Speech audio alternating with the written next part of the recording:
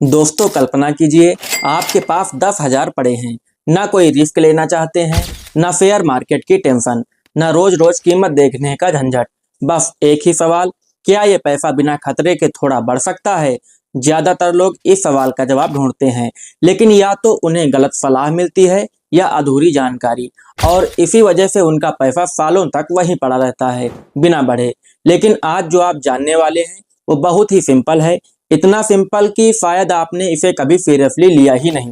Post office की एक ऐसी स्कीम जिसे लोग बोरिंग समझकर नजरअंदाज कर देते हैं, लेकिन वही स्कीम क्वाइटली आपके पैसे को बढ़ा सकती है। नमस्कार दोस्तों, आज हम बात करेंगे पोस्ट ऑफिस की एफडी यानी फिक्स डिपॉजिट के बारे में।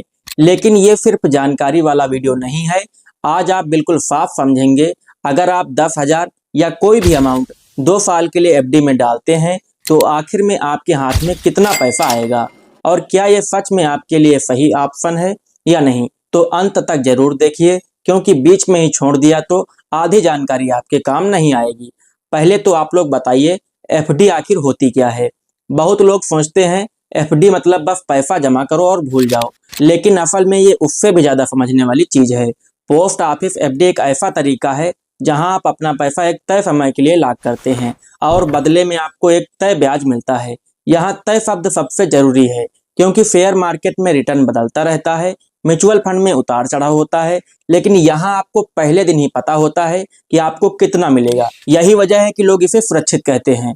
अब बात करते हैं उस चीज की जो सबसे ज्यादा मायने रखती है, इंटरेस्ट रेट। अभी के समय में पोस्ट ऑफिस एफडी पर जो रेट मिल रहा है वो कुछ इस तरह है।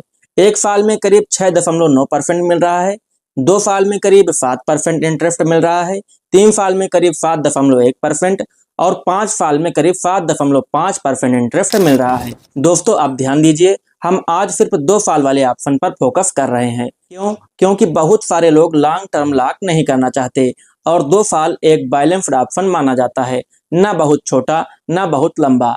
अब असली खेल समझिए, यहाँ ब्याज सिर्फ साल के अंत में नहीं जुड़ता, बल्कि हर 3 महीने में जुड़ता है। इसे कहते हैं क्वार्टरली कंपाउंडिंग। मतलब आपका पैसा हर 3 महीने में थोड़ा थोड़ा बढ़ता रहता है, और अगली बार ब्याज उस बढ़े हुए पैसे पर मिलता है। यहीं से असली ग्रोथ शुरू होती है। अब चलिए एक रियल सिचुएशन लेते हैं। मान लीजिए आपने 10,000 एफडी में डाले, समय 2 साल के लिए, ब्याज 7% मिलेगा और कंपाउंडिंग हर 3 महीने में। अब दिमाग में एक सवाल आएगा, ठीक है, लेकिन आखिर में मिलेगा कितना? यही वो पॉइंट है जहां ज्यादातर लोग कंफ्यूज हो जाते हैं। तो आसान भाषा में समझिए, पहले 3 महीने में थोड़ा ब्याज जुड़ा, फिर अगले 3 महीने में उस पर भी ब्याज जुड़ा, और ये सिलसिला 2 साल तक चलता रहा। और जब 2 साल पूरे होते हैं तो आपका 10,000 बन जाता है लगभग 11,450 के आसपास, यानी करीब 1,450 रुपए का फायदा। अब यहाँ रुकिए और सोचिए, 1,450 रुपए शायद सुनने में ज्यादा बड़ा अमाउंट नहीं लग रहा होगा, लेकिन अगर यही पैसा आपने कहीं रखा ही नहीं होता तो आपको मिलता कितना? 0। और अगर यही अमाउंट 10,000 की जगह 1,00,000 होता तो करीब 14,500 रुपए मिलते, और अगर 2,00,000 होता तो करीब 29,000 रुपए मिलते। अब फर्क समझ में आ रहा है। यही वजह है कि एफडी को फ्लो बट स्टेबल कहा जाता है। यहाँ पैसा धीरे धीरे बढ़ता है, लेकिन बिना डर के बढ़ता है। दोस्तों एक और बात, एफडी हर किसी के लिए नहीं है। अगर आप जल्दी पैसा दोगुना करना चाहते हैं या हाई रिटर्न के पीछे भाग रहे हैं तो शायद ये आपके लिए नहीं है।